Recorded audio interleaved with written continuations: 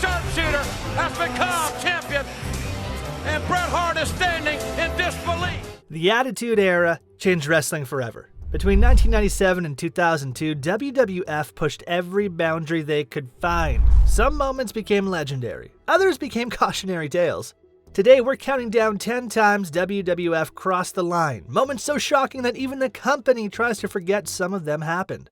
Starting at number 10, we have 2 moments that show how WWF treated women during the Attitude Era. At Fully Loaded in July 1998, Sable came out for a bikini contest against Jacqueline.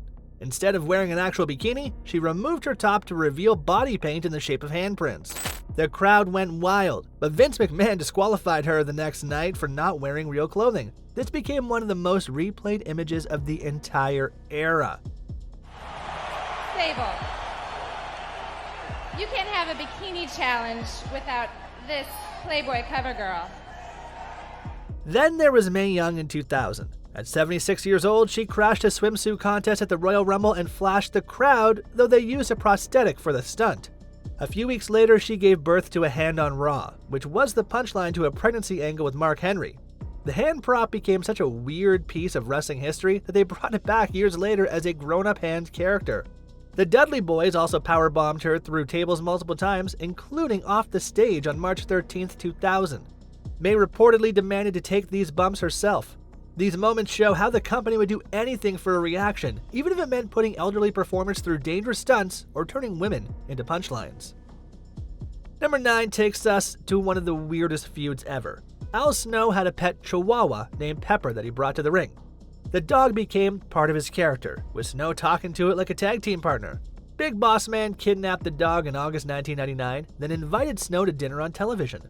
During the meal, Boss Man revealed that Snow had just eaten his own dog, serving him what he called pepper steak. That dog means to me. Yeah, I do. I had a dog when I was a kid. I understand. I told you I could sympathize with you. But what are you doing? I don't want to eat, Ray. I didn't come here to eat. Their feud ended at Unforgiven 1999 in the Kennel from Hell match, a steel cage inside a Hell in a Cell with guard dogs roaming between the structures. The dogs weren't trained for television. They wandered around, peed everywhere, and even started mating during the match. Snow and Boss Man tried to wrestle while the chaos happened around them.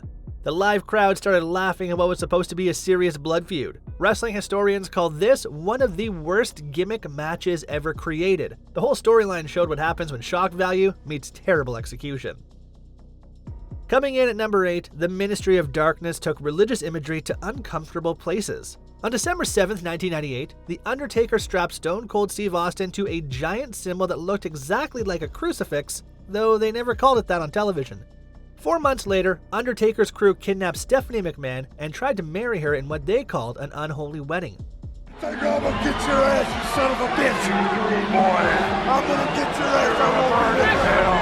ass, They tied her to the same symbol while Undertaker performed the ceremony until Stone Cold crashed the event. Paul Bearer acted as the Dark Priest, speaking in Latin-sounding gibberish. These segments got huge ratings, but also massive controversy for mixing religious symbols with implied ritual violence. The image of the boss's real daughter, tied to a cross-like symbol, on primetime television, pushed boundaries even hardcore fans thought were too much. Religious groups sent thousands of complaint letters and several advertisers threatened to pull their commercials. These bits didn't just cross the line, they stomped on it, flipped it off, and set it on fire. Smash subscribe for more wild Attitude Era stories, and let us know in the comments which moment made you go, no way they actually aired that. Don't go anywhere, number 7's got a funeral, a casket, and pure wrestling chaos. Number 7 happened on SmackDown in November 1999. Big Boss Man had been taunting Big Show about his father dying, which was just a storyline. During the funeral on television, Boss Man showed up with the Blues Brothers theme playing, read a terrible poem insulting the dead father, then chained the casket to his car and drove away while Big Show desperately clung to it. The poem included lines about the father going to hell and Big Show being a nasty bastard son. Oh, God. Daddy always wanted to be a drag queen, Big Show. I'm gonna make him a drag queen right here. The visual of a wrestler riding a casket being dragged through a cemetery was so absurd that new fans today think it must be fake when they see the clip. WWF has included this moment in their own most shocking moments packages over the years, basically admitting they went way too far with this one. At number 6, Val Venis played an adult film star character who got into trouble with the Japanese faction Kaientai. After Venis supposedly slept with manager Yamaguchi-san's wife in the storyline, Kaientai kidnapped him backstage on the August 3, 1998 episode of Raw. Yamaguchi-san pulled out a sword and threatened to castrate Venis while saying "choppy choppy your pee-pee." The camera went black as Venis screamed. The next week, Venis explained he survived thanks to shrinkage and help from John Wayne Bobbitt, the man whose wife had cut off his penis in real life years earlier. To our room and wait a minute, King, that's that chopping block. What are they gonna do here? Bobbitt actually appeared on screen. They turned a real domestic violence case into a wrestling storyline about genital mutilation. Even for the Attitude Era, mixing sexual violence with comedy based on actual crimes pushed way past good taste. Number 5 is one WWF actively tries to hide now. On July 6, 1998, D-Generation X did a parody of their rivals, the Nation of Domination. X-Pac appeared in blackface as Mizark Henry, while the group mocked how Nation members talked and acted. Triple H dressed as The Rock with a fake afro wig. Billy Gunn portrayed D'Lo Brown with padding to mock his chest protector. The racial stereotypes were obvious and cruel. Farouk, can you tell me what's going on? I've got something to say and I'm going to the ring to say it now. Years later, D'Lo Brown said publicly he wished they had done the segment without the blackface. WWE has since removed this segment from their streaming service and edited out of old episodes. When a company that built its reputation on being edgy decides to erase something from history, you know it crossed a serious line. At number 4, we have Brawl for All, which might be the stupidest idea WWF ever had. In summer 1998, they created a legitimate boxing and grappling tournament where wrestlers would actually fight each other for real. No predetermined winners, just real punches. Injuries piled up immediately. Dr. Death Steve Williams, who they expected to win, got knocked out and never recovered his career. The company had planned a major push for Williams, including a program with Steve Austin, but Bart Gunn ruined those plans with one left hook. Bart Gunn won the tournament, which earned him a match at WrestleMania 15 against professional boxer Butterbean. Butterbean knocked Gunn unconscious in 35 seconds, ending Gunn's push forever. I told you, Bart Gunn lands.